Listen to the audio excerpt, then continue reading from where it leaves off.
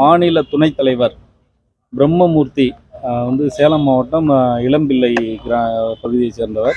மகுடஞ்சாவடி காவல் உதவி ஆய்வாளர் ரவுத்ரி வெங்கடேஷ் மற்றும் சங்ககிரி டிஎஸ்பி ராஜா இவங்க 2 பேரும் சேர்ந்து கோர்ட் மூலம் வாங்கின அந்த இடத்த வந்து எங்களுக்கு கொடுக்கணும் அப்படின்னு சொல்லி, நாங்கள் சொல்கிற ஆளுக்கு கொடுக்கணும்னு சொல்லி தொடர்ச்சியாக 1 மாதமாக மிரட்டிக்கிட்டு இருக்காங்க. ஒரு மாதத்துக்கு முன்னாடி இவர் மேலே பொய்யா ஒரு வழக்கை போட்டு அவரை வந்து தேடிக்கிட்டு இருக்காங்க. இது சம்மந்தமாக சேலம் எஸ்பி கிட்ட நாங்கள் வந்து புகார் கொடுத்துருந்தோம்.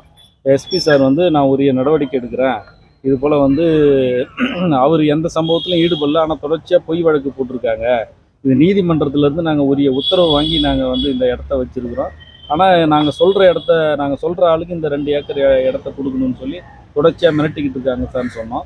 நான் அது உரிய நடவடிக்கை எடுக்கிறேன், நான் இன்றைக்கி ரிலீவ் ஆகிறேன், புது எஸ்பி கிட்ட நான் வந்து இது சம்மந்தமாக இன்டிமேட் பண்ணுறேன், புது எஸ்பி வந்த உடனே பாருங்கள் அப்படின்னு சொல்லியிருக்கிறாங்க. இல்லை, அந்த இடம் அவருக்கு எப்படி கிடைச்சது? நீதிமன்றத்து மூலமாக அவர் ஒரு பார்ட்டிக்கிட்ட வந்து பணம் கொடுத்து ப்ராப்பராக வந்து கோர்ட் மூலமாக வாங்கினாங்க. பொசிஷனில் இப்போ அவர் இருக்கார்.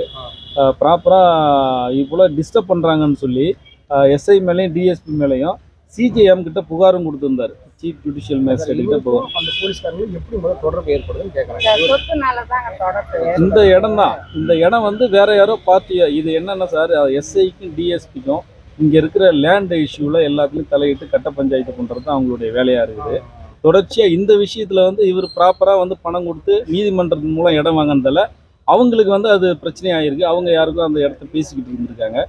அன்அஃபிஷியலாக பவரை மிஸ்யூஸ் பண்ணி இது போல் அந்த பகுதியில் வந்து நிலம் சம்மந்தமாக கட்ட பஞ்சாயத்து பண்ணுறதை டிஎஸ்பியும் எஸ்ஐயும் தொடர்ச்சியாக பண்ணிக்கிட்டு இருக்காங்க.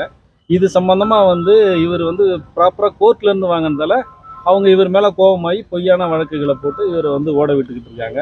இல்லை நாங்கள் வந்து அடித்து பிடிச்சி காலை உடைச்சிருவோம், சுட்டுருவோம், கொலை மிரட்டல் தொடிச்சு இது சம்மந்தமாக எஸ்பி கிட்ட கொடுத்தோம்.